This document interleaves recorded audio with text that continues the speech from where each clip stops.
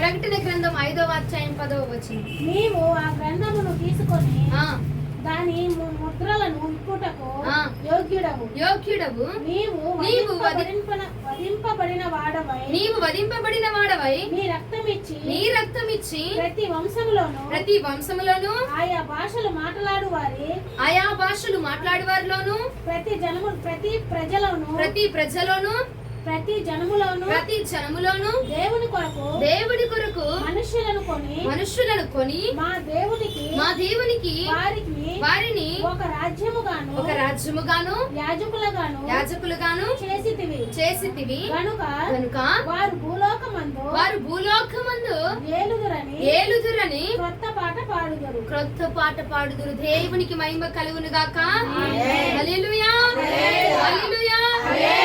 అక్కడున్న 24 పెద్దలు అంటున్నారట, ఇదిగో ఈ గ్రంథమును విప్పడానికి నీకు యోగ్యత ఉన్నది, నువ్వు యోగ్యుడు. ఎందుకంటే సమస్తమును జయించుకొని వచ్చావు కాబట్టి ఈ గ్రంథమును నువ్వు విప్పడానికి యోగ్యుడవయ్యా. ఎందుకంటే భూమి మీద ఉన్న నీ జనాంగం అంతటిని కూడా నీ విలువైన అమూల్యమైన రక్తము చేత, ఏ రక్తం అండి? వధించబడిన రక్తం అని అక్కడ లేఖనం సెలవించబడుతుంది.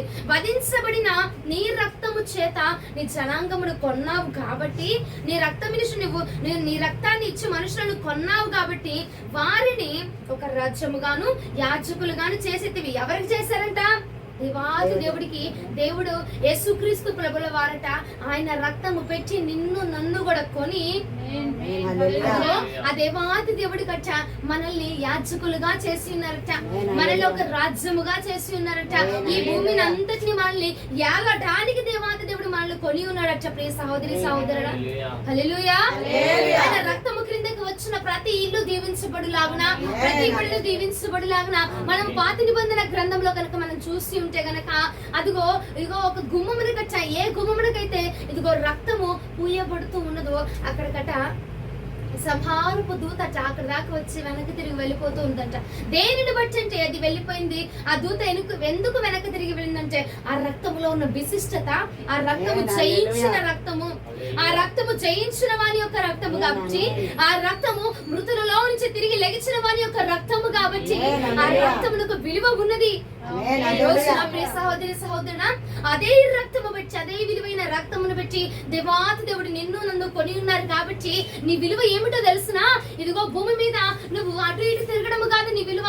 భూమి మీద అవి చేసుకోవడం ఇవి చేసుకోవడం, అది సంపాదించడం ఇది సంపాదించడం కాదంటే నీ విలువ ఏమిటంటే నీ విలువ దేవుని యొక్క నామాన్ని గణపరచడమే నీ విలువ.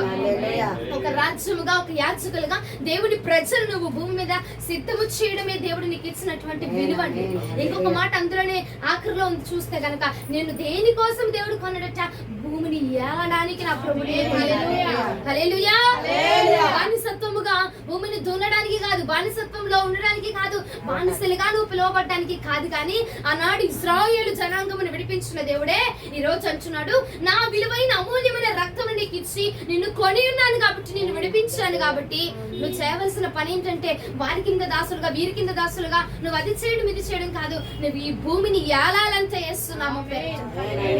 ఈ భూమిని ఏలుతూ నువ్వు క్రొత్త పాట పాడుతుంటే ఇదిగో 24 పెద్దలట నేను చూసి కొత్త పాట పాడుతూ ఉన్నారట. ఎప్పుడైతే నువ్వు ఈ భూమిని ఏలుచున్నావో దేవుని యొక్క స్వాధీనములోనికి వచ్చి ఆయన రక్తము చొప్పున క్రీస్తు ప్రభుల వారు ఏలలేదా అండి భూమిని? అదే మాదిరిగా ఆయన బిడ్డలమైన మనము కూడా ఆ భూమిని ఏలడానికే నువ్వు నివసిస్తున్న ప్రతి స్థలమందు కూడా నిన్నే ఒక రాజుగా, నిన్నే ఒక రాణిగా, నిన్నే ఒక అధికారములో నా ప్రభు పెట్టేసి ఉన్నాడట. ఆ అధికారమును మనం పెట్టి ఉన్నారు కాబట్టి ఏమండి, ఒక ప్రాంతానికి నిన్ను యజమానిగా పెట్టాలన్నా, ఒక ప్రాంతానికి నిన్ను ఒక అధికారంలో నిన్ను ఉంచాలి అని చెప్పినా మనకి ఏం తెలిసి ఉండాలా? సమస్తము తెలిసి ఉండాలా. ఆ ప్రాంతం గురించే గాని, ఆ విధుల గురించే గాని, ఆ చట్టాల గురించే గాని సమస్తం అన్ని ఎరిగి ఉన్న వాడిని మాత్రమే ఏమంటే ఆ ప్రాంతంలో ఏం చేస్తారు? అధికారినిగా పెట్టుకుంటారు. ఏమంటే ప్రతి విషయం కూడా ఈ అధికారికి తెలిసిద్ది కాబట్టి, ఈ అధికారి ఇంకా తన పైన అధికారికి తెలియజేస్తాడు కాబట్టి అన్ని తెలిసిన వాడిని అధికారిగా పెట్టుకుంటారు. హల్లెలూయా. కాబట్టి ప్రియ సహోదరి సహోదరుడా, ఈ రోజున దేవుడు అన్నాడు కదా, నేను నా రక్తమునిచ్చి, వధించబడిన రక్తమునిచ్చి నేను నిన్ను కొని ఉన్నాను కాబట్టి నువ్వేం చేయాలి? ఈ భూమి మీదకి వచ్చి అవి చేసుకొని ఇవి చేసుకోవడం బ్రతకడం కాదు, నువ్వు ఈ భూమిని ఏలాలంటే నీకు సమస్తమును తెలిసి ఉండాలా. మరి ఎలా తెలిసిద్దయ్యా నాకు సమస్తముని ఎలా తెలిసిద్ది అంటే ఇదిగో ఒక్కసారి చూడండి. 3వ యోహాను రాసిన పత్రిక 1వ అధ్యాయం 2వ వచనం ఇలాగని అంటున్నారు. 3వ యోహాను సువార్త 1వ అధ్యాయం 2వ వచనం, ప్రియుడా ప్రియుడా నీ ఆత్మ వర్ధిల్లుచున్న ప్రకారము నీవు ఆ. అన్ని విషయములలోనూ ఆ. వర్ధిల్లుచు ఆ. సౌఖ్యముగా ఉండవలెనని ఆ. ప్రార్థించుచున్నాను. ప్రియుడా నీ ఆత్మ వర్ధిల్లించుచున్న ప్రకారము నీవు కూడా అన్ని విషయాలు ఏమవ్వాలట? వర్ధిల్లుచు నీ ఆత్మ వర్ధిల్లించుంటాను. నువ్వు అయ్యా అమ్మా నా జీవితంలో నేను ప్రార్థన చేస్తూనే ఉన్నాను కానీ ఇదిగో మందిరానికి వెళ్తూనే ఉన్నాను కానీ నా జీవితపు పరిస్థితులు మారట్లేదు, నా యొక్క జీవితము లేదంటే నా యొక్క ఉద్యోగమే కానీ నా యొక్క ఆర్థిక పరిస్థితులే కానీ వృద్ధిలోనికి రావట్లేదు అని అంటే గనక నేను చూపిస్తున్నాను 3వ యోహాను సువార్త 1వ అధ్యాయం 2వ వచనం ఇలాగంటున్నాడు, ప్రియుడా నీ ఆత్మ వర్ధిల్లుచున్న ప్రకారము నీవు అన్ని విషయములలో వర్ధిల్లుచు సౌఖ్యముగా ఉండాలి. నువ్వు వర్ధిల్లించబడాలంటే ముందుగా నువ్వేం చేయాలి? నీ ఆత్మ వర్ధిల్లించబడాలా. నీ ఆత్మ ఎదుగుతూ ఉంటే కూడా మనం అన్ని విషయాల్లో కూడా ఏమవుతామంటండి? ఎదుగుతూ ఉంటామంట. మనము దేవుని యొక్క ఆత్మ ఎందులో ఎదుగుతూ ఉంటే మనము ప్రతి విషయంలో కూడా సమస్తమైన విషయాల్లో అన్ని విషయాల్లో వర్ధిల్లించబడతా ఉంటామంట, సౌఖ్యముగా వర్ధిల్లించబడుతూ ఉంటామంట, ప్రతి విషయంలో సామరస్యముగా మనం వర్ధిల్లించబడుతూ ఉంటామంట. హల్లెలూయా. అన్ని విషయాల్లో నువ్వు ఎదిగిన వాడిగా, అన్ని విషయంలో నువ్వు ఒదిగిన వాడిగా, అన్ని నీకు తెలియబడాలంటే నువ్వేం చేయాలంటే ఆత్మలో ఎదగబడాలండి. మనము మన ఆత్మలో వృద్ధి చెందుతున్న కొలది ఇదిగో ఈ రోజున ఇగో ఫస్ట్ నెలలో ఇంత అభిషేకం పొందుకున్నావు, మరలా 2వ నెలలోకి వచ్చేసరికి నీ అభిషేకపు తీవ్రత పెరిగిపోవాలా, నీ భక్తి తీవ్రత పెరిగిపోవాలా, నీ సమర్పణ తీవ్రత పెరిగిపోవాలా, నీవు దేవునికి ఏదైతే ఇవ్వదలుచున్నావో దానిలో మార్పు రావాలా. నీ భక్తిలో అయినా, నీ కానుకలో అయినా, నీ సమర్పణలో అయినా, దేనిలో అయినా నువ్వు మార్పును చూడగలిగితేనే అదే నిజమైన దేవుడు నీ కోసం కార్చిన రక్తములకు నువ్వు ఇచ్చే విలువ. హల్లెలూయా. ఆత్మలో నీ భక్తులు తీవ్రత రావాలండి. మనం పెరుగుతూ ఉండాలా, అభివృద్ధి అవుతూ ఉండాలా. మన యొక్క కానుక విషయంలోనే అవ్వండి, సమర్పణ విషయంలోనే అవ్వండి, భక్తి విషయంలోనే అవ్వండి, నువ్వేం చేసినా ఆరాధన చేసినా సరే నీ ఆరాధన ఇంకా ఇంకా పెరుగుతూ ఉండాలా, నీ సామర్థ్యం ఇంకా పెరుగుతూ ఉండాలా. హల్లెలూయా. మా పూర్వపు కాలంలో నేను 2 గంటల సేపు నిలబడి ఆరాధన చేసేదాన్ని, 2 గంటల సేపు నిలబడి మోకాళ్ళ మీద ప్రార్థన చేసేవాడిని. కానీ ఈ కాలంలో నేను చేయలేకపోతున్నానమ్మా అంటే ఏమండి, శరీరానుసారముగా చేస్తే మనము నేర్సిల్లిపోతాము, కానీ ఆత్మానుసారముగా దేవుడేమన్నాడు? ఆత్మతోటి మనసుతోటి నన్ను స్తుతించమన్నాడు. అవునా అండి? నీ ఆత్మతోటి ప్రభుని స్తుతిస్తే, ఆత్మతోటి నువ్వు ప్రార్థిస్తే, ఆత్మతోటి దేవుని నువ్వు ఘనపరిస్తే నీకు అలసట ఎక్కడి నుంచి వచ్చింది? ఇక నీకు ఆ నొప్పి ఈ నొప్పి ఎక్కడి నుంచి వస్తా ఉంటాయి? అందుకే అన్నాడు ఆయన 3వ యోహాను రాసిన పత్రికలు అంటున్నాడు, ఇదిగో ప్రియుడా నీవు నీ ఆత్మలో వర్ధిల్లావనుకో నీ సమస్తమైన విషయాలు నేను నిన్ను వర్ధిల్లింపజేస్తాను. హల్లెలూయా. నాకు ఇంకా దీవెన రావట్లేదు, నేను వర్ధిల్లించబడట్లేదు, నేను ఇంకా దీవించబడట్లే, ఆశీర్వాదంగా నేను ఉండలేకపోతున్నాను, ఎక్కడ వేసిన గొంగలు అక్కడే ఉంటుంది నాన్న. ఆ రోజున ఆ బుధవారం రోజు చేసిన ప్రార్థనే మరలా ఈ బుధవారానికి మరలా నేను అదే కొనసాగించుచున్నానంటే నేను ఒకటి చెప్తున్నాను. ఈ ఉదయ కాలం ముందు మనము ఆత్మలో ఎదగట్లేదు కాబట్టి నీ యొక్క ఆర్థిక పరిస్థితులైనా ఆత్మీయ స్థితి అయినా ఎదగకుండా వర్ధిల్లించబడకుండా ఉంటుంది. ప్రియ సహోదరి సహోదరుడా, ఒకసారి ఆలోచన చేసావా?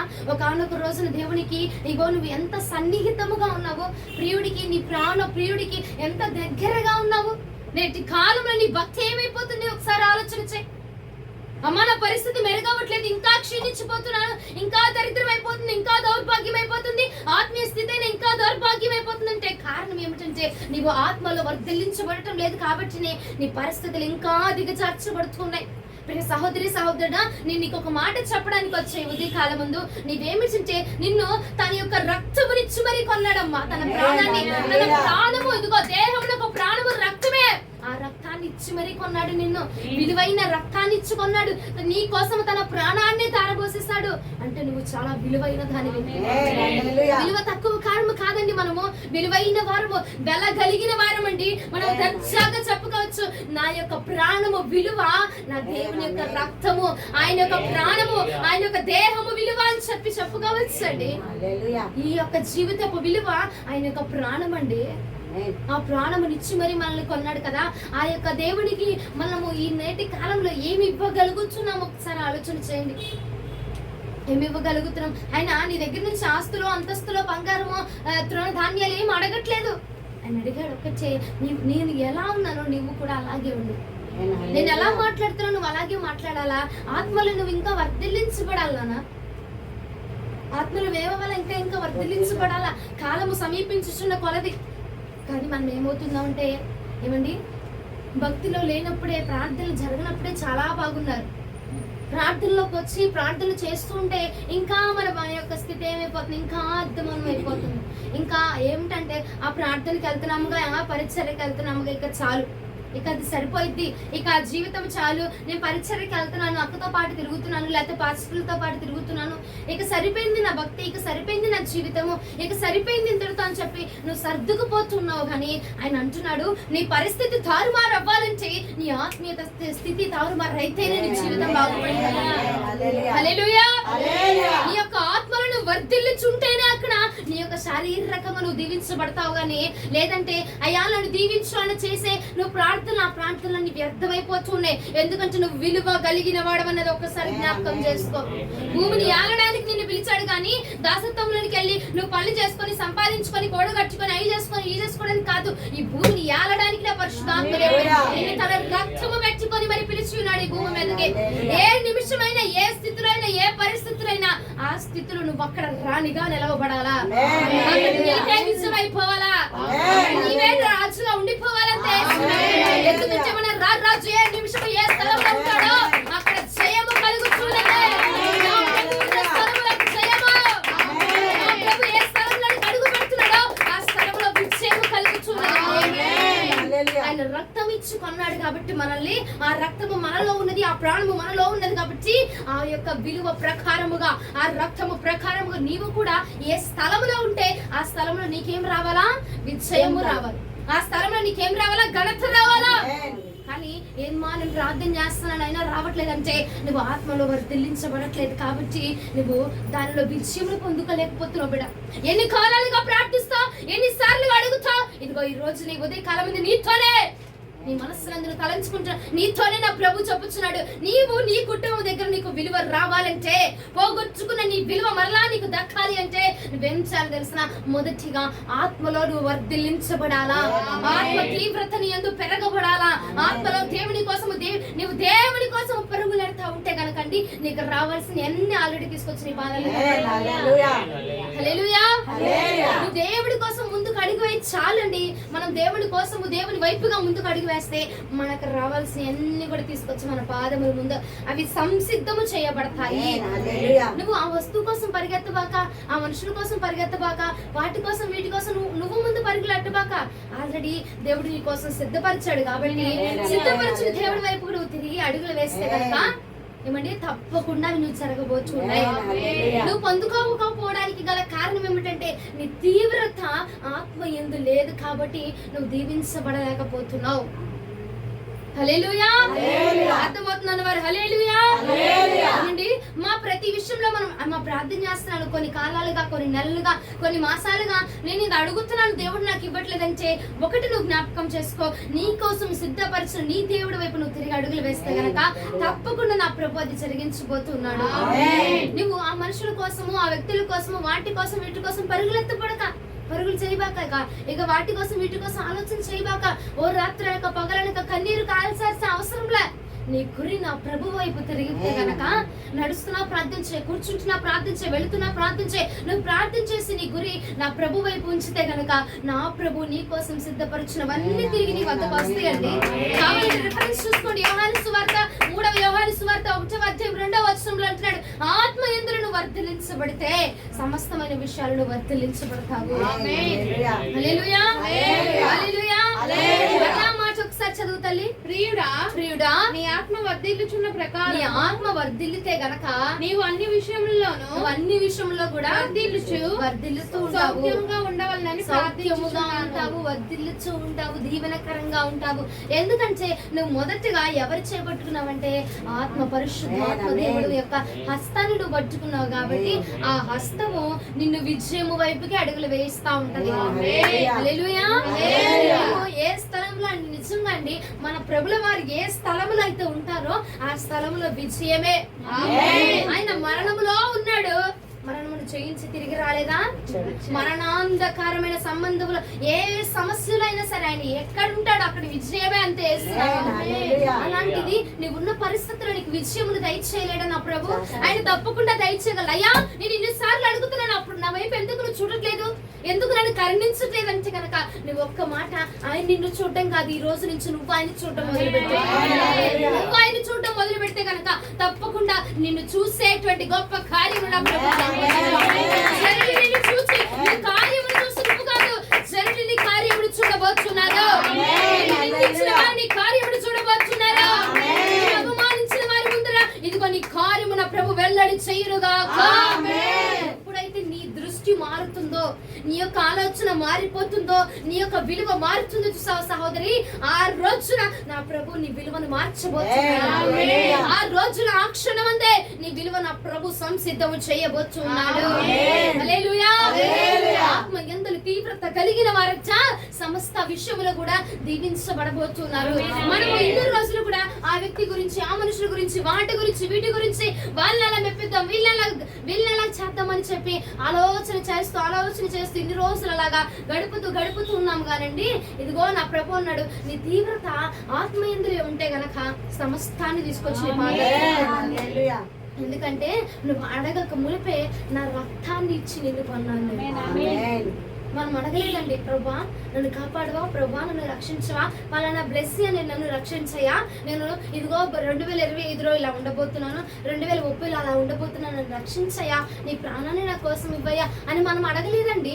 అడగకుండానే తన ప్రాణాన్ని మన కోసం ఇచ్చినటువంటి దేవుడు. అదే దేవుడు సమస్తాన్ని నీ కోసం నా కోసం సృజించాడు. మనము చంటి బిడ్డలము కాదండి, ప్రార్థన చేయలేని స్థితిలో ఉన్న వారము కాదు. కానీ ఏమిటంటే చేస్తున్నాము, కానీ తెలియక ఏది పడితే అది చేస్తా ఉన్నాం. ఈ రోజున నీకు గ్రహింపును నా ప్రభు ఇచ్చుచున్నాడు గనక నువ్వు ఎలా చేయాలంటే ఆత్మయందుని తీవ్రత కలిగి చేయాలా. మొదటిగా నీ దృష్టి, అయ్యా నాకు అది ఇచ్చే ప్రభా నాకు నా పట్ల కార్యం చేయ, ఇన్ని నెల్లగా చేస్తున్నాను, ఇన్ని నెల్లగా అడుగుతున్నానుగా, చేసే ప్రభా, ఇచ్చే ప్రభా. ఆ ప్రార్థన విడిచిపెట్టు. ప్రభా నాలో నీకేం నచ్చట్లా, పోనీ నీ కోసం నేను మార్చుకోవాల్సిన ఏమన్నా ఉన్నాయా, నేను ఆపేయవలసిన ఏమన్నా ఉన్నాయా, నేను చేయకూడదని నువ్వేమన్నా అనుకుంటున్నావా, ఎందుకని కార్యం జరగట్లేదంటే నిజంగా నేను నీ గురించి ఆలోచించలేదయ్యా. ఎన్ని రోజులు నా గురించి నేను ఆలోచించుకొని నాకు అది ఇవ్వవా, నాకు ఇది ఇవ్వవా నేను అడిగాను, కానీ నీకేం కావాలి నేను అడగలేకపోయాను ప్రభా అని ఒక్కసారి ప్రార్థన చేసి చూడు. ఎందుకు తెరవబడదండి నీ పట్ల కార్యము, ఎందుకు జరగదండి నీ పట్ల కార్యము, ఎందుకు జరిగించినప్పుడు నా ప్రభు నీ పట్ల అద్భుతము. తప్పకుండా నువ్వు అద్భుతాన్ని రుచి చూడబోతున్నావు. తప్పకుండా మనం అద్భుతం, ఎందుకంటే మనల్ని కాపాడిన దేవుడు, మనల్ని కొన్న దేవుడు అండి, అద్భుతాలు చేసేటువంటి దేవుడు, ఆశ్చర్య కార్యాలు చేసేటువంటి దేవుడు. కాబట్టి నువ్వు నిందలలో ఉంటే, నిస్పృహలో ఉంటే, నువ్వు బాధపడుతూ ఉంటే ఆయన చూస్తూ ఊరికిన దేవుడు కాదు, నీ పట్ల గొప్ప కార్యం చేయడానికి ఇష్టపడుతున్నాడు. కానీ నీ ఆశ ఏం జరుగుతుందంటే వాటిని వెనకకు లాగుతా ఉన్నది. మీకు తెలుసా, మనం దేని గురించి అయితే ఆశపడతామో, దేని గురించి అయితే అదే కావాలని కోరుకుంటామో, అది వెనకకు పోతా ఉంటుంది. ఎందుకంటే నువ్వు ఆశపడుతున్నావు కాబట్టి. అదే నా ప్రభు వైపు కనుక నీ ఆశ కలిగి ఉంటే, నా ప్రభు అన్నాడు, నువ్వు ఆశ కలిగిన దాన్ని తీసుకొచ్చి నేను నీ ముందు పెడతాను. హల్లెలూయా. సరే ఇదంతా బాగానే ఉంది, భూమిని ఏలమని చెప్తున్నారు, రక్తం పెట్టి కొన్నాను అన్నాడు దేవుడు, బానే ఉంది. దేనికోసం కొన్నాడు? ఆయన రక్తము, విలువైన రక్తాన్ని ఇచ్చి మనల్ని దేనికోసం కొన్నారండి? భూమిని ఏలడానికి కొన్నారు. ఈ భూమి మీద నువ్వు ఒక రాజుగా, ఒక రాణిగా నిలవబడ్డానికి కొన్నాడు ఆయన నిన్ను. భూమిని ఏలడానికి నేను నిన్ను కొన్నానన్నాడు. సరే, భూమిని ఏలాలి అంటే నీకేం తెలియాలా? అన్నీ తెలిసి ఉండాలి. అన్నీ తెలిసి అన్నిట్లో నువ్వు ఎదగాలంటే మనకేం కావాలో ఒకసారి చూడండి. 1 యోహాను సువార్త 1 యోహాను రాసిన పత్రిక 2వ అధ్యాయం 20వ వచనం. 1 యోహాను రాసిన పత్రిక 2వ అధ్యాయం 20వ వచనం. అయితే మీరు పరిశుద్ధిని వలన అభిషేకమును పొందిన వారు కనుక సమస్తమును ఎరుగుతురు. ఏమంటున్నాడు అక్కడ? పరిశుద్ధిని వలన మీరు ఏం పొందుకొని ఉన్నారట? అభిషేకం, దీవెన, ఆశీర్వాదమున అభిషేకమును పొందుకొని ఉన్నారు కాబట్టి మీరు సమస్తాన్ని ఎరుగుదురు. భూమి మీద మీరు ఏం చేయాలా, ఏం చేయకూడదు, ఏది తినాలా, ఎలా ఉండాలా, ప్రతిదీ కూడా సమస్తాన్ని మీరు ఎప్పుడు ఎరుగుతారట? పరిశుద్ధాత్మ వలన, అభిషేకించబడడం వలన మనము సమస్తాన్ని ఎరుగుతాము. అమ్మా పలానా రోజు 2020లో జనవరి 31వ తారీఖున నన్ను మా సేవకులు అభిషేకించారు. ఇప్పటిదాకా ఉందా? ఇక ఓకేనా, సరిపోయిందంటే దినము కూడా నీ ఆత్మలో వర్ధిల్లించబడుతూ ఉండాలా. హల్లెలూయా. అప్పుడు అభిషేకము పలానా రోజు నేను అభిషేకించబడ్డాను, పలానా దినమందు నేను ఇలా ఉన్నాను అలా ఉన్నాను కాదట. నువ్వు దినము కూడా ఆత్మలో వర్ధిల్లించబడాలా. హల్లెలూయా. మొదటి యోహాను సువార్తలు అంటున్నారు, ఆత్మతో, ఏ ఆత్మతో? పరిశుద్ధ ఆత్మ చేత నువ్వు అభిషేకించబడిన వాడివైతే నీకు ఎవ్వరు చెప్పాల్సిన అవసరం లేదు. పరిశుద్ధాత్మ చేత అభిషేకించబడిన వాడైతే ఎవ్వరు కూడా నీకు చెప్పాల్సినంత అవసరం లేదు. సరే అమ్మ పలానా రోజు అభిషేకించబడ్డాను, సరిపోయితా అభిషేకం అంటే గనక మరలా మీరు ఒక్కసారి 3వ యోహాను సువార్తకు వస్తే గనక 1వ అధ్యాయం 2వ వచనంలో అంటున్నాడు, ఆత్మ యందు వర్ధిల్లించబడాలా. హల్లెలూయా. మొదటి యోహానులో ఏమంటున్నారు? ఆత్మ, పరిశుద్ధ ఆత్మ చేత మీరు అభిషేకించబడిన వారైతే ఎవ్వడూ మీకు చెప్పాల్సిన అవసరం లేదు అంటున్నాడు. 3వ యోహాను సువార్తలు ఏమంటున్నాడండి? ఇదిగో ఆత్మలను వర్ధిల్లించబడాలా అంటే అప్పుడెప్పుడు అభిషేకించబడ్డానమ్మా, అప్పుడెప్పుడు నా నెత్తి మీద తైలం పోసారమ్మా కాదు. దినమును ఆత్మలో వర్ధిల్లించబడుతూ ఉండాలా. దినము నీ ఆత్మనిలో వర్ధిల్లించబడుతూ ఆత్మలో ఇంకను రెట్టింపు దినము కూడా నీ అభిషేకంలో రెట్టింపు రావాలా, భక్తుల రెట్టింపు రావాలా, నీ ఆత్మీయ స్థితిలో రెట్టింపు యొక్క విధానము వస్తేనే అండి ఇదిగో ప్రతి దినము కూడా మనం వర్ధిల్లించబడతాం. మన ఆత్మ వర్ధిల్లించబడుతూ ఉంటే మన శారీరక స్థితి కూడా ఆటోమేటిక్ గా వర్ధిల్లించబడిద్దండి. దేవాది దేవుడు సమస్తాన్ని చేయగలిగిన సమర్థుడు. నీ ఆత్మను ఆయనకు అప్పచెప్పుకొని నువ్వు వర్ధిల్లించబడితే చాలు. నీకు రావాల్సిన, నువ్వు చేయాల్సిన ప్రతిదీ కూడా ఆయన నీ పాదాల దగ్గర తీసుకొచ్చి పడతావు. హల్లెలూయా. అందుకే నేను అంటున్నాను, నీవు భూమిని ఏలాలంటే ఒక రోజు జ్ఞానం సరిపోదు, ఒక రోజు అభిషేకం కాదు, ఒక రోజు స్థితి కాదు. దినము కూడా ఆత్మలో వర్ధిల్లించబడుతూ ఉండాలా. ఆత్మలో ఇదిగో ఆయన రక్తము నీ కోసం కార్చిబడిన రక్తము దినము నీలో ప్రవహించితేనే అప్పుడే మనం భూమిని ఏలగలమండి. అప్పుడే మనం భూమిని ఏలాలా, భూమిని ఏలుతాం. అప్పుడే వేస్తున్నాము పెరట. ఏమండి, ఆయన రక్తం మనలో లేదనుకో, ఈ శరీరం వేసుకొని, ఈ ఒళ్ళు వేసుకొని, రక్తం వేసుకొని పదరా ఎవడరా నువ్వు వచ్చిందని చెప్పి 2 చేతులు ఊపుకుంటూ వెళ్ళిపోయి సాతాను వచ్చా పోయేస్తున్నాను గద్దించావు అనుకో, ఏమైపోతాండి? శిష్యుల మీద కనుక తిరగబడి చూసారా, అలాగే తిరగబడిపోతూ ఉంటాయి. నీవు భూమిని ఏలాలంటే ఆ భూమి మీద చీకటి శక్తులు సైతం ఏలి నువ్వు ఘనముగా నిలవబడాలంటే ఏం చేయాలా? ఆ రక్తము దినము నీలో ప్రవహించబడాలా. ఆ రక్తం మనలో ప్రవహించితేనే మనము జయమును పొందగలుగుతామండి. నీ భూమిని ఏలాలన్నా, నీ పరిస్థితులు ఏలాలన్నా, నీ స్థితిగతులు నువ్వు ఏలాలా, నీ స్థితిలో నువ్వు రాణిగా నిలవబడాలా. నీరు కాచాలా, ఎందుకు నువ్వు బాధ చెందాలా, ఎందుకు నువ్వు రోదన చెందుతున్నావు అంటే ఆ స్థితికి నువ్వు లోబడిపోతున్నావు. కాబట్టి ఈ రోజు నుంచి ప్రార్థించే, ఆయన రక్తము నీలో ప్రవహిస్తే కనుక ఏ స్థితిలో ఉండి అడుగుతున్నావో, ఏ పరిస్థితిలో ఉన్నావో అక్కడ నీకు జయము రాబోతుంది, జయము పొందబోతున్నావంతే. ఎందుకంటే మనలో ప్రవహించేది ఏ రక్తం అండి? జయమును పొందేటువంటి పరిశుద్ధమైన రక్తము కాబట్టి, జయమును ఇచ్చేటువంటి దేవుని రక్తము కాబట్టి ఆ రక్తము మనల్ని పవిత్రపరుస్తూ ఉన్నది. ఆ రక్తము మనకు జయమును దయచేయబోతుంది. హల్లెలూయా. వధించబడిన రక్తాన్ని ఇచ్చాడండి ఆయన, మామూలుగా కాదు. ఆయన నీ కోసం శ్రమ పొంది వధించబడి ఒక గొర్రె పిల్లలాగా తన యొక్క మెడను తీసుకెళ్లి ఏమండి వధించేటువంటి వారి చేతుల్లో పెట్టేసి నీ కోసం రక్తాన్ని కార్చిన దేవుడు. ఆ రక్తము మనలో ప్రవహించబడాలంటే దినములు ఆత్మలో వర్ధిల్లించబడాలి.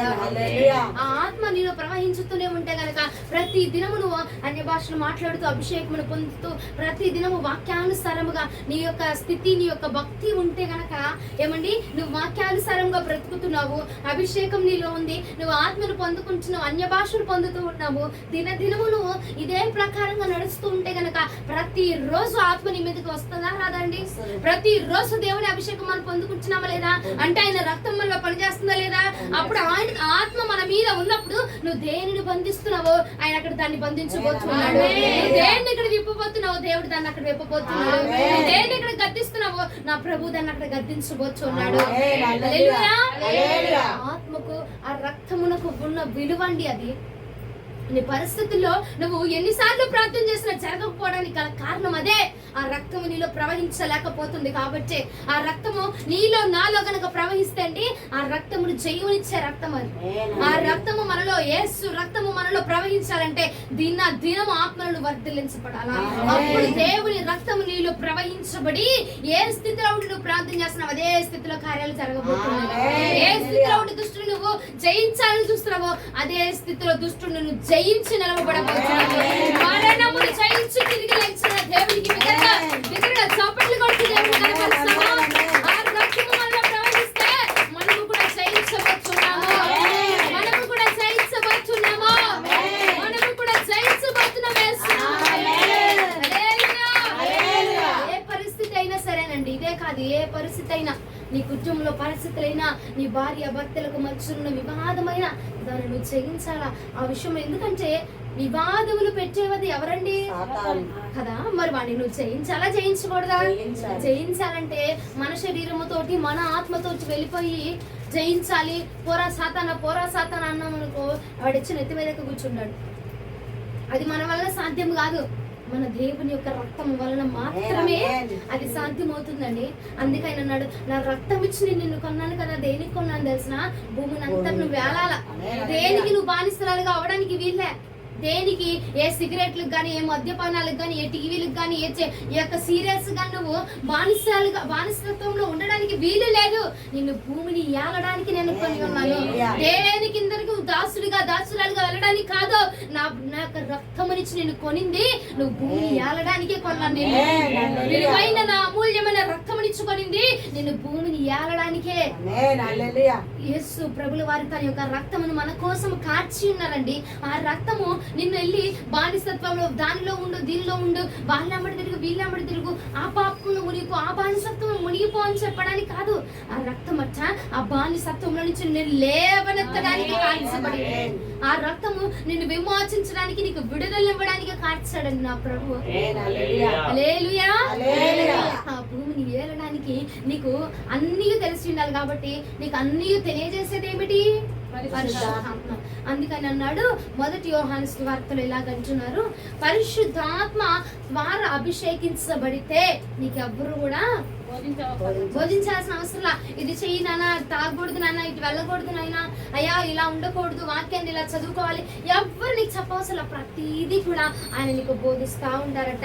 ఒకసారి అదే అధ్యాయం 27వ వచనం ఒకసారి చూడండి. అయితే ఆయన వలన మీరు పొందిన అభిషేకము మీలో నిలుచుచున్నది కనుక మీకు బోధింపనక్కరలేదు. చాలు తల్లి. ఆయన అంటున్నాడు, ఇదిగో ఆయన ఇచ్చిన అభిషేకం మీలో నిలిచి ఉన్నది కాబట్టి, నిలిచి ఉంటేనే అప్పుడు నీకు బోధించాల్సిన అవసరం. ఏమండి, అభిషేకం పొందుకుంటే కాదు, నిలిచి ఉంటే. ఆ మాట ఉందా లేదా ఒకసారి చదవండి మరలా. ఆయన వలన మీరు పొందిన అభిషేకము మీలో నిలుచుచున్నది కనుక. చాలా తల్లి ఏమంటున్నాడు? మీలో నిలుచుచున్నది కనుక ఎప్పుడు నీకు బోధించాల్సిన అవసరం లేక నిలిచి ఉంటే, ప్రతి దినం ఆత్మానుసారంగా నువ్వు బ్రతికితే, ప్రతి దినం ఆత్మను నువ్వు వర్ధిల్లించబడితే, ప్రతి దినం ఆత్మ నీలో నిలిచి ఉంటే కనుక ఇంకెప్పుడు నీకు బోధించాల్సిన అవసరం లా, ఎవ్వరు నీకు చెప్పాల్సిన అవసరం లేదు. ఎవడు ఇలా నడువు, ఇది చెయ్యి బాబు, ఇలా ప్రార్థన చెయ్యి, ఇలా అడగండి, ఇలా అడిగితే దేవుడు నీ పట్ల కార్యం చేయాలి, ఎవరు నీకు చెప్పాల్సినంత అవసరంలా. ఎవరు చెప్పాల్సిన, ఎందుకంటే ఆయన ఆత్మ నీలో నిలిచి ఉన్నది కాబట్టి. మీరు ఒకసారి జ్ఞాపకం ఉంచుకోండి, మీరు జాగ్రత్తగా ఉండండి. ఆయన అభిషేకం పొందుకుంటే కాదు, నిలిచి ఉంటే. హల్లెలూయా. పొందుకున్నానమ్మా పలానా సంవత్సరంలో, పలానా 2020లో పొందుకున్నాడు కాదు, నిలిచి ఉన్నవాడు, నిలవబడి ఉన్నవాడు మాత్రమే. హల్లెలూయా. నిలవబడి ఉన్నవాడు మాత్రమే జయమును పొందుకోబోతున్నాడు. నిలిచి ఉన్నవాడు మాత్రమే జయమును అనుభవించబోతున్నాడు. ఆ అభిషేకాన్ని పొందుకున్నాను, మరి ఆ అభిషేకం నా మీద నిలవదా అంటే ఏమండి, మనం చేసే క్రియలను బట్టి అభిషేకాన్ని కోల్పోతూ ఉంటాము. అభిషేకం మనలో నుంచి దిగజారిపోతూ ఉంటది. ఏమండి, సౌలు పొందుకున్నాడు, ఏమైపోయింది? అక్కడికి పోయింది, పోగొట్టుకున్నాడు తను చేసిన క్రియను బట్టి. మనం కూడా అనేకమైన క్రియలు చేస్తూ అభిషేకాన్ని, ఆత్మను కోల్పోతుంటాం కాబట్టి అంటున్నాడు ఆయన, దినమును ఆత్మలు వర్తిల్లించబడాలనా. ఎందుకంటే ఏ నాటికి ఆ నాటికి చాలు, ఏ నాడు నువ్వు చేసిన పాపాలు ఆ నాటికి చాలు కాబట్టి మరలా క్రొత్త రోజున మరలా క్రొత్తగా అభిషేకించబడు, మరలా క్రొత్తగా నా ఆత్మతోటి నువ్వు సహవాసం చేయాలా, ఆత్మలో నువ్వు వర్ధిల్లించబడాలా. హల్లెలూయా. అప్పుడు ఆత్మలో వర్ధిల్లించబడుతూ ఉంటే గనక నీ ఆత్మలో నువ్వు రేపట్టించబడుతుంటే ప్రతి విషయంలో కూడా నువ్వు వర్ధిల్లించబడుతూ ఉంటావు. హల్లెలూయా. నిలిచి ఉండాలమ్మా. ప్రతి రోజు కూడా ఆత్మతోటి మనం నింపబడుతూ ఉండాలా. ఆదివారం పొందుకున్నాము, గురువారం పొందుకున్నాము, ఇక అయిపోయింది అంతే. మరలా ఏదైనా గృహ కుడికి మధ్యలో వెళ్తేనే అప్పుడు పొందుకుంటాం, అంతే, ఇంకా అయిపోయింది, ఇక లేదు మరలా. అలా కాదు, దినమట నువ్వు ప్రార్థనలో ఇంట్లో నువ్వు ప్రార్థనలో కూర్చున్నా సరే నువ్వు ఆత్మను అనుభవించాలా, ఆత్మతోటి నువ్వు అభిషేకించబడాలా. హల్లెలూయా. హల్లెలూయా. ఆత్మట సమస్తాన్ని బోధించుచూ ఉన్నది. చూడండి, అపోస్తుల కార్యములు 16వ అధ్యాయం 6వ వచనము. క్రొత్త నిబంధన అపోస్తుల కార్యములు 16వ అధ్యాయం 6వ వచనము. ఆసియాలో వాక్యము చెప్పకూడదని పరిశుద్ధాత్మ వారిని ఆటంకపరిచినందున. చాలు తల్లి, ఏమంట అక్కడ?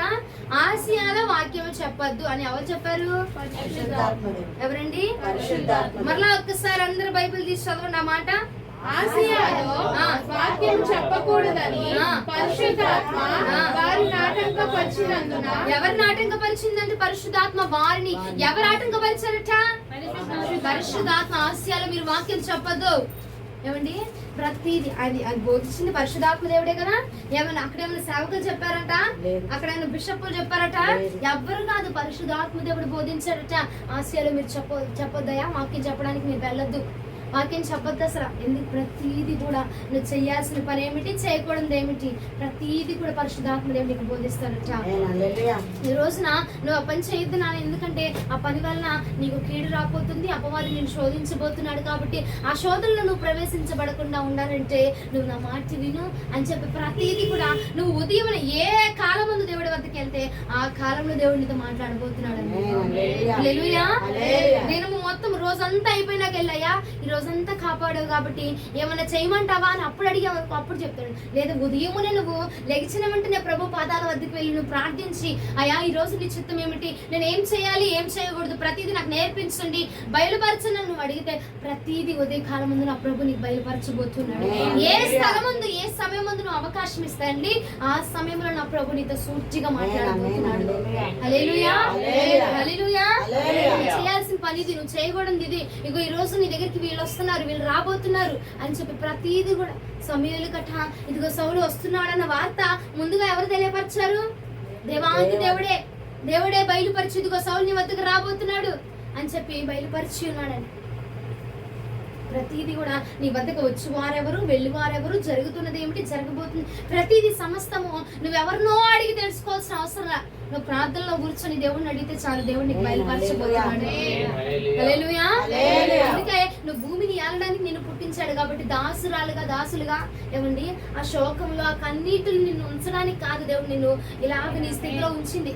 ఆ కన్నీటికి కారణం అపవాది. ఆ కన్నీరు నువ్వు కార్చిన పర్వాలేదు. ఈ రోజు దేవుడు అంటున్నాడుగా, ఆ కన్నీరు నువ్వు పక్కన పెట్టి నా వైపు నువ్వు దృష్టిని పెట్టావు అనుకో, నువ్వు భూమిని ఏలబోతున్నావు, నీ కుటుంబాన్ని నువ్వు ఏలబోతున్నావు, నీ కుటుంబంలో నిన్ను రాణిగా రాజుగా నా ప్రభు నిలబెట్టునుగా, అవమానించబడిన స్థలంలో నీకు విజయము కలుగునుగా, నిలించబడిన చోట నువ్వు విజయోత్సవంతో తిరిగి లెగుచునుగా.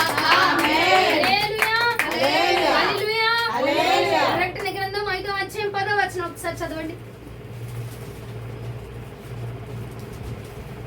మా దేవునికి వారిని ఒక రాజ్యముగాను యాజకులుగాను చేసి గనుక వారు భూలోకమందు ఏలుదురని కొత్త పాట పాడుదు. చాలు, అగో భూలోకమందు దేనికంట మా దేవునికి వారిని ఒక రాజ్యముగాను యాజకులుగాను నియమించావు కాబట్టి వారు భూమిని ఏలుతారు, భూమిని ఏలబోతు ఉన్నారు. భూమి చుట్టూ ఇదిగో వారు ఎక్కడికి వెళ్ళిన వారు ఏలబోతున్నారు. ఎందుకంటే పరిశుద్ధాత్మ వారిలో ఉన్నది కాబట్టి, యేసుక్రీస్తు ప్రభువు వారి యొక్క రక్తం వారిలో ఉన్నది కాబట్టి, యేసు రక్తం విమోచన రక్తం, విడుదల రక్తం, జయించిన రక్తం వారిలో ఉన్నది కాబట్టి వారి భూమిని ఏలబోతున్నారంటే, జయించబోతున్నారంటే పరిశుద్ధాత్మ వారిలో ఉన్నది కాబట్టి. అపవాది అనుకోవాలి, ఏంటో బాబు దీన్ని ఎలాగైనా ఏడిపిద్దాం, ఏది తెచ్చి ఏడిపిద్దాం అని చూసినా ఇది అడవట్లేదు ఏంటి, దీనికి అపజయం రావట్లేదేంటి, ఎటు వెళ్ళినా దీనికి జయమే వస్తుంది అని వాడు అనుకోవాలి. అప్పుడు నువ్వు సమాధానం చెప్పాలా, అరే నాలో ఉన్నది నా యేసయ్య, నాలో ప్రవహిస్తుంది నా దేవుడి రక్తము కాబట్టి, నాలో కార్యము జరిగిస్తుంది నా దేవాతి దేవుడు కాబట్టి ఇదిగో ఇక్కడ నేను కన్నీరు కార్చను. ఆమేన్ చెప్తామా అందరం కూడా? నేను కన్నీరు కార్చను, నేను రోదన చెందను, నా విమోచకుడు సజీవుడు నా పట్ల ఈ రోజే కార్యము చేయబోతున్నాడు. హల్లెలూయా, హల్లెలూయా. చేతులు పైకి బిగ్గరగా హల్లెలూయా, హల్లెలూయా. బిగ్గరగా హల్లెలూయా. నీ పట్ల కార్యము చేయబోతున్నాడని నీవు నమ్మితే ఆమేన్ బిగ్గరగా చెప్దాం ఒకసారి. హల్లెలూయా. దేవునికి మహిమ కలుగును గాక. ఆమేన్ అన్నాడు.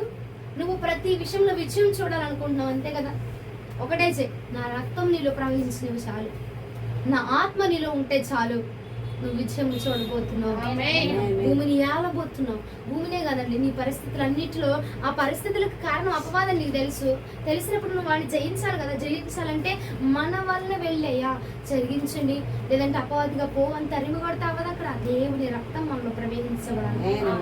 అవునా? అవునంటారా కాదంటారా అండి? ఆయన రక్తం మనలో ప్రవహించాలంటే ముందుగా మనల్ని మనం ఆయనకు అప్పచెప్పుకోవాలి. హల్లెలూయా, హల్లెలూయా. దేవుని ఏలడానికి మనలో ఫస్ట్ గా ఏముండాలట? ఆయన రక్తము మనలో ఉండాలా. రెండవదిగా ఏముండాలట? ఆత్మ, పరిశుద్ధాత్మ మనలో ఉంటే మనము ఏలబోతున్నాము. ఆ రక్తం ఆల్రెడీ మన కోసం వచ్చేసింది కాబట్టి ఇప్పుడు నువ్వు ఏర్పాటు చేసుకోవాల్సింది పరిశుద్ధాత్మ దేవుణ్ణి. అమ్మా పోయిన సంవత్సరం మా ఇంటికి వచ్చావు, నువ్వు ప్రార్థన చేసావు, అప్పుడు వచ్చింది నా పరిశుద్ధాత్మ. అది దినము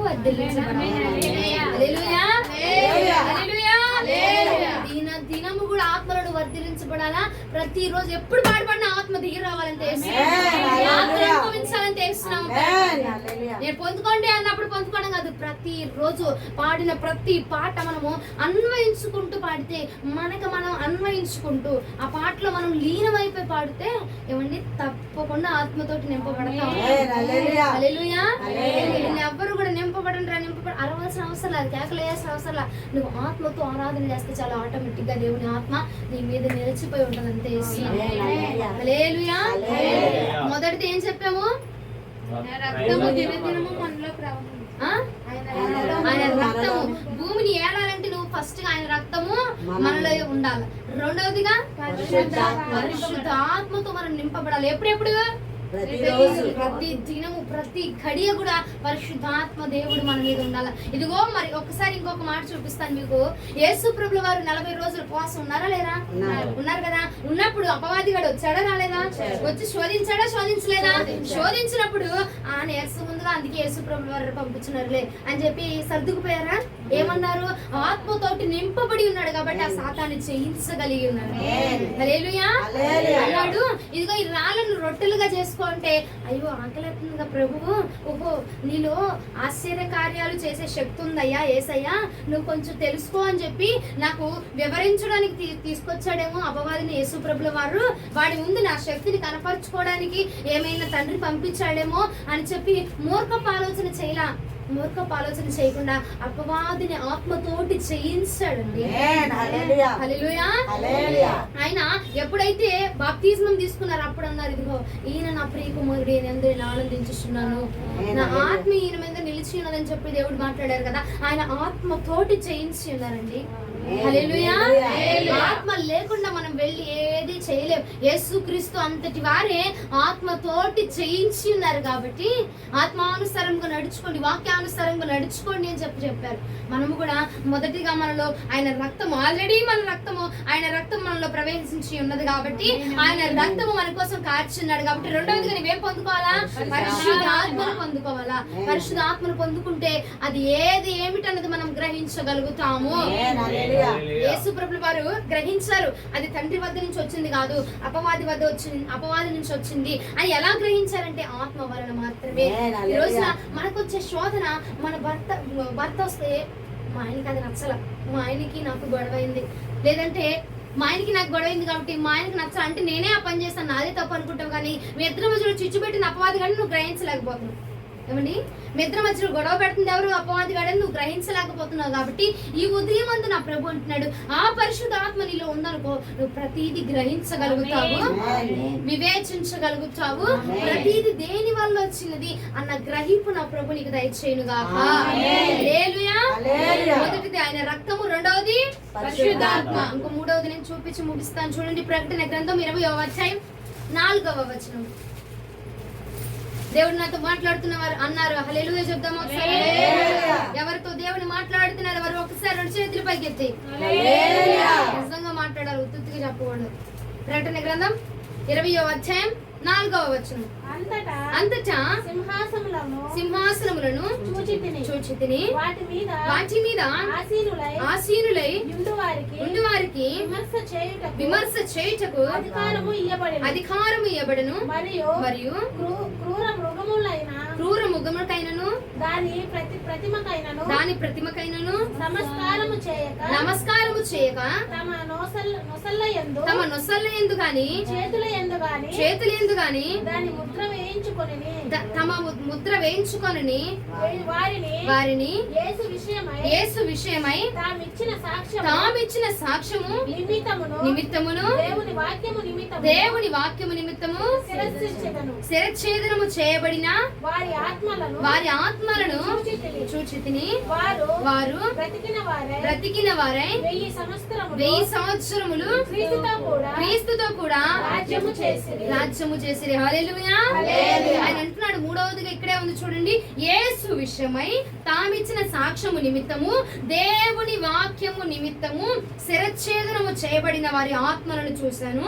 వారు బ్రతికిన వారై 1000 సంవత్సరములు క్రీస్తుతో కూడా రాజ్యము చేసిరి. హల్లెలూయా. యేసు క్రీస్తు ప్రభుల వారితో 1000 సంవత్సరములు రాజ్యము చేయబడాలంటే ఆయన పైన అంటున్న మాట, దేవుని వాక్యము నిమిత్తము శిరచ్ఛేదనము చేయించబడి ఉన్నారు. అంటే అమ్మా వాక్యాన్ని పట్టుకుని వెళ్ళిపోయి మమ్మల్ని చంపేసుకోమంటారా చచ్చిపోమంటారా కాదు. శిరచ్ఛేదనం చేయించబడ్డారంటే దేవుని వాక్యము కోసము అందులో ఏది చెప్తుందో దాని ప్రకారముగా నడుచుకున్నారంతే. దాని ప్రకారంగా ఇక ఆ మాటని ఇదిగో ఒక్కసారికి వెళ్ళి ఇదిగో ఒక్కసారికి వెళ్ళి ఏమవుదలే కానీ అది వేసేసుకో ఇది వేసుకో ఉంగరాలు పెట్టుకో ఈ పెట్టుకో అవసరంలా ఇది ఏం చెప్తుందని దీని ప్రకారంగా నడుచుకుంటాను.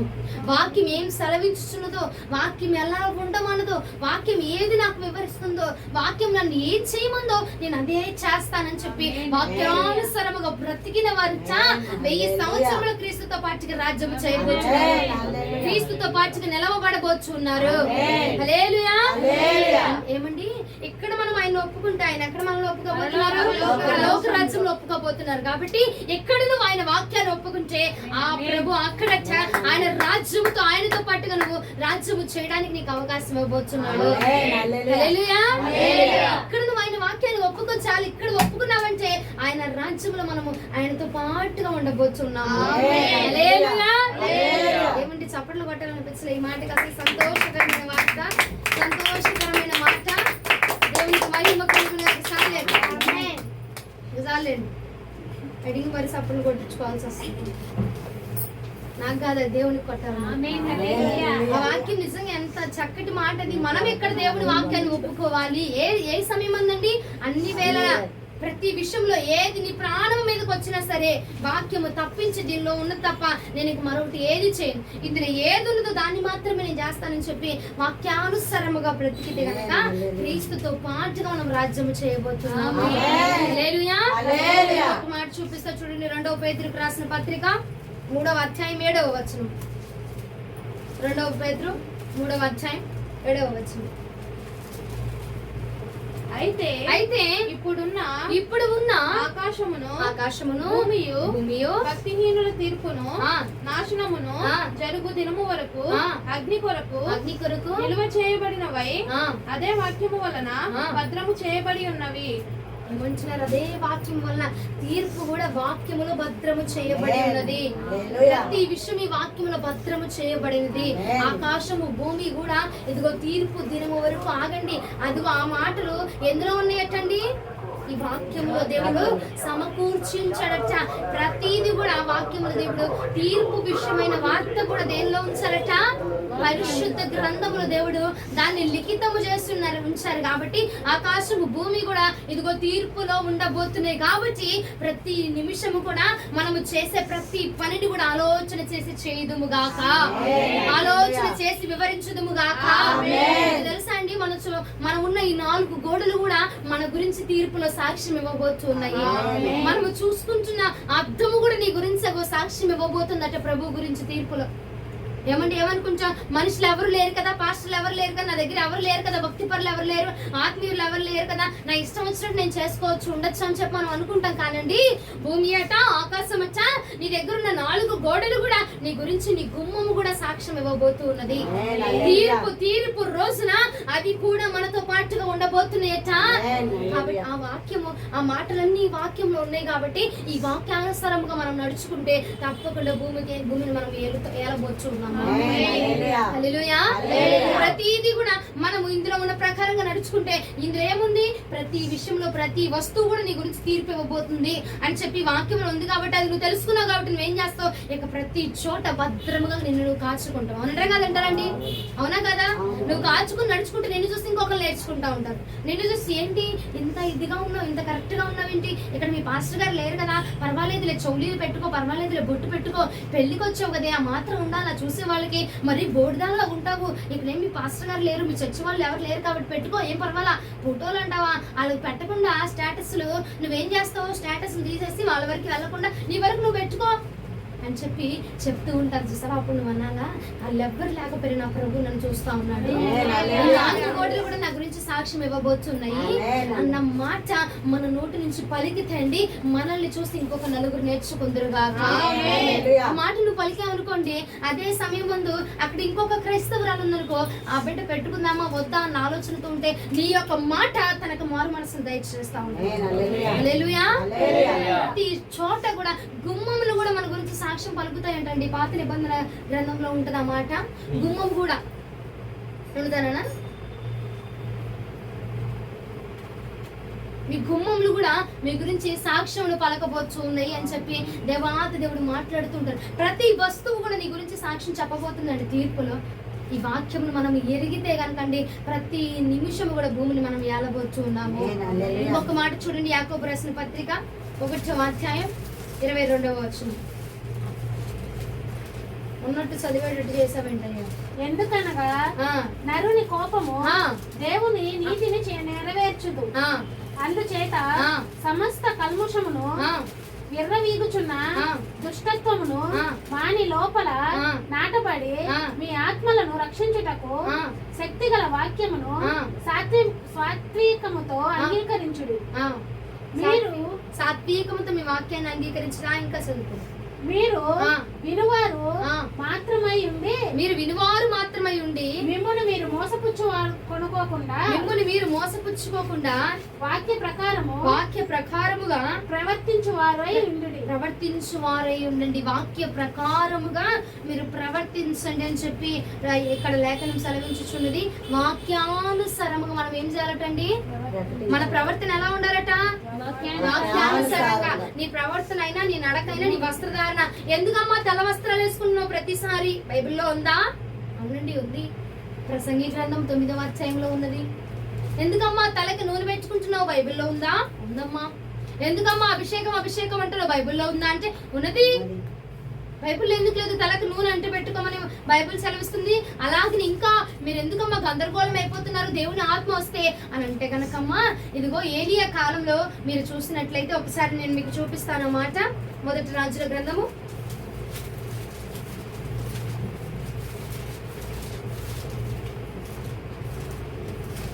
1 రాజులు 19వ అధ్యాయం 10వ వచనం నుండి ఒకసారి చదవండి.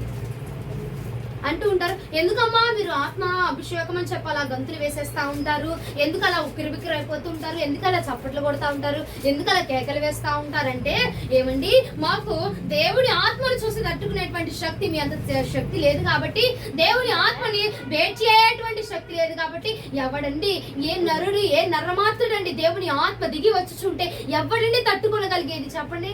ఏ నరమాత్రుడు తట్టుకొని నిలవపడగలుగుతారండి? కొండలు సైతం వచ్చా ఇదిగో ఇక్కడ చూడండి, మొదటి రాజుల గ్రంథము 19వ అధ్యాయం 10వ వచనం చదువు. అతడు ఇశ్రాయేలు వారు నీ నిబంధనలను త్రోసివేసి నీ బలిపీఠములను పడగొట్టి నీ ప్రవక్తలను ఖడ్గము చేత హతము చేసిరి. సైన్యములకు అధిపతియగు దేవుడునగు యెహోవా కొరకు మహారోషము గలవాడనై నేను ఒక్కడును మాత్రమే మిగిలి ఉండగా వారు నా ప్రాణమును కూడా తీసివేయుటకై చూచుచున్నారని మనవి చేసెను. అందుకైన నీవు పోయి పర్వతము మీద యెహోవా సముఖమందు నిలిచి ఉండమని సెలవిచ్చెను. అంతట యెహోవా ఆ వైపున సంచరింపగా బలమైన పెనుగాలి లేచిందట. యెహోవా భయమునకు పర్వతములు బద్దలైపోయిన శిలలు చిన్నాభిన్నములాయను గాని యెహోవా ఆ గాలి దెబ్బ యందు ప్రత్యక్షము కాలేదు. ఏమైందటమ్మా? పర్వతములు కూడా చిన్న భిన్నములైపోయినట. పర్వతములు కూడా బద్దలు చేసేసిందట ఆ యొక్క గాలి. యెహోవా మధ్యలోనికి సంచరించుంటేనే ఇంత జరిగితే ఏమండి, పర్వతములు సైతం బద్దలైపోతుంటే మానవులు మనుషులు మనమెంతటి వరమండి? నిలవబడలేక, పొందుకోలేక, అభిషేకం అనుభవించలేక, తట్టుకోలేనట్టు మనము నరమాత్రమైన మనము ఏ పార్టీవారం అండి? ఏ పార్టీవారం చెప్పండి. ఆ యొక్క ఆత్మని, దేవుని ఆత్మను తట్టుకో జాలిన నరుడు భూమి మీద ఉన్నాడా? మాట్లాడుతూ ఉంటారు కదా. అందుకే మిమ్మల్ని ఎవరినైనా ఈ ప్రశ్న అడిగితే ఈ వాక్యం చూపించండి. ఎందుకు మీరు కొట్టేసుకుంటారు, ఎందుకు మీరు ఎగిరేస్తారు, ఎందుకు మీరు అల్లరి చేస్తారంటే, ఎవరయ్యా దేవుని ఆత్మ భూమి మీదకి వస్తే, ఎవరయ్యా దేవుని ఆత్మ మన మధ్యలో సంచారం చేస్తే నిలవబడగలిగిన అటువంటి దమ్మున్న మగసిరి కలిగిన మనుషులు ఎవరున్నారమ్మా? ఎవరు కూడా లేరండి. ఎవడు కూడా లేదు. పర్వతములు సైతము బద్దలైపోయినట్ట. పర్వతములు సైతము వణికిపోతున్నాయి అంటే దేవుని ఆత్మ సంచరించగానే, ఆ గాలి సంచరించితేనే. హల్లెలూయా, హల్లెలూయా. అందుకే వాక్య ప్రకారంగా ప్రతిదీ నువ్వేం చేసినా, ఇదిగో నా బైబిల్లో ఉంది, నేను అదే చేస్తున్నాను. నా బైబిల్లో ఉంది ఇలాగ ఈ ఆచారం, నా బైబిల్లో ఉంది ఇక పుట్టినరోజులు చేయొద్దని, నా బైబిల్లో ఉంది సంవత్సరకాలు చేయొద్దని. నా బైబిల్లో ఉన్నది ప్రకారంగా నేను చేస్తా ఉన్నాను. నా బైబిల్లో ఉన్నది వివాహం పరిశుద్ధమైనదని, నా బైబిల్లో ఉన్నది నేను చేస్తా ఉన్నాను పరిశుద్ధమైన వివాహము. ప్రతి విషయంలో పరిశుద్ధంగా నేను ఉండాలి. అది నా లేఖనం నాకు సెలవించుచున్నది. ప్రతిది వాక్యానుసారముగా యాకోబు రాసిన పత్రిక 1:22 అంటున్నాడు, వాక్య ప్రకారముగా మన ప్రవర్తన ఉండాలి. ప్రవర్తనకి ఏదైనా వాక్యాధారం ఉందంటే, ఏమనమ్మా ఇదిగో నా ప్రవర్తనకి ఇదిగో వాక్యము. మీరు ఎందుకు అపోస్తుల బోధన ఎందుకు చెప్తున్నారంటే, నా బైబిల్లో ఉంది, నేను అపోస్తుల బోధన మాత్రమే ప్రకటించవాలని, అపోస్తుల బోధన మాత్రమే సరైన బోధని ఇదిగో లేఖనం సెలవించుచున్నది.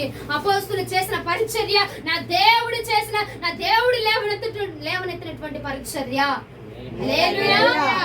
వాళ్ళకి వాళ్ళంతటి లెగవలేరు. నా దేవుడు పరిచయం చేశాడు అపోస్తుల పరిచర్య. నా దేవుడు లేపాడు అపోస్తుల్ని 12 మంది. హల్లెలూయా. ఏది చేసిన వాక్యానుసారంగా చేయుదుముగాక, వాక్యానుసారముగా ప్రవర్తించుదుముగాక. ఈ మాట మాట్లాడావు, ఇది బైబిల్లో ఉందంటే ఉన్నదే నేను మాట్లాడతాను, ఉన్నదే మనం మాట్లాడదుముగాక. హల్లెలూయా.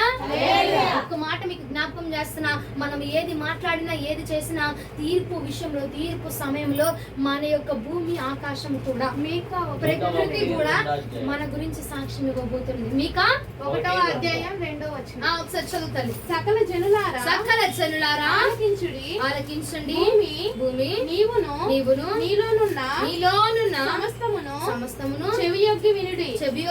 ఇదిగో భూమిని ఆకాశమును కూడా దేవుడు సాక్ష్యములకు పిలుస్తున్నాడట. ప్రభువగు యెహోవా నీ మీద సాక్ష్యం పలకబోచున్నాడు. పరిశుద్ధాలయములో నుండి ప్రభువు నీ మీద సాక్ష్యం పలకబోచున్నాడు. చాలు. ఏమంటున్నాడు? భూమిని ఆకాశాన్ని కూడా సాక్ష్యాన్ని పిలుస్తున్నాడు అక్కడ. అది కూడా మన గురించి తీర్పునివ్వబోతున్నాయి. అవి కూడా మన గురించి సాక్ష్యంలో పలకబోతున్నాయి. మనం ఏం చేసినా నువ్వు సరే వాక్యానుసారము మనము చేయాలి. వాక్య ప్రకారముగా నువ్వు నడుచుకుంటావు. వాక్యానుసారంగా ఉందంటే, అవును వాక్యానుసారంగా నేను మాట్లాడుతున్నాను, వాక్యానుసారంగా మేము నడుస్తున్నాము అని చెప్పి వాక్యానుసారంగా మన ప్రవర్తన ఉండునుగాక. చూడండి, కీర్తనలు 119వ కీర్తన 9వ చరణం ఒకసారి చదివింది ముగిద్దాం. 119వ కీర్తన 9వ చరణం.